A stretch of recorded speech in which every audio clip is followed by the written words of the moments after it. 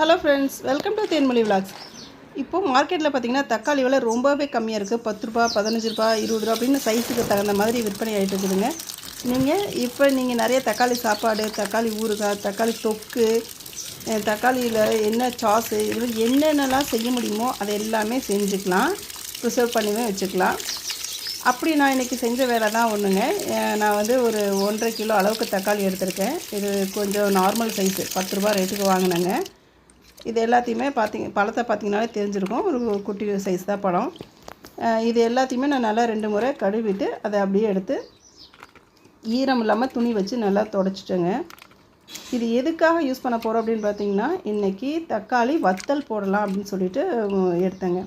தக்காளியில் வத்தலா அப்படின்னு கேட்காதீங்க. தக்காளி வத்தல் போட்டு வச்சிட்டிங்க அப்படின்னா கெட்டு போகாத அளவுக்கு தான் நம்ம செய்வோம். செஞ்சு வச்சிட்டோம்னா நம்மளுக்கு தக்காளி விலை எப்போ ஹை ஆகுது, எப்போ ரேட் அதிகமாகுதோ அன்னைக்கு இது நம்மளுக்கு யூஸ்ஃபுல்லாக இருக்கும்.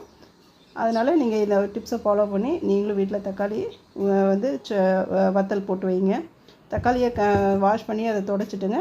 அதை கட் பண்ணணும்னா அதுக்குள்ளே இருக்கக்கூடிய அந்த தண்டு பகுதிகளை எடுத்துகிட்டு ட்ரேயில் இது மாதிரி காய வச்சுருங்க.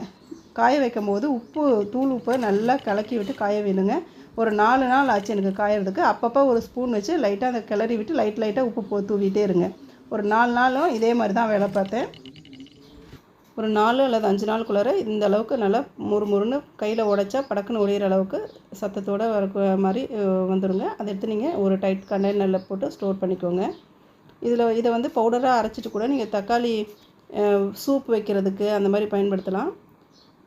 அல்லது உங்களுக்கு தக்காளி குழம்பு, தக்காளியில் வச்சு நீங்கள் என்னென்னலாம் யூஸ் பண்ணுவீங்களோ அதுக்கு எல்லாமே இதை போட்டுக்கலாம். தண்ணி ஊற்றி ஊற வச்சிங்கன்னா போதும். ஒரு கம்மியான அளவு குவான்டிட்டியில் எடுத்து தக்காளி உங்களுக்கு ரெடி ஆயிரும்.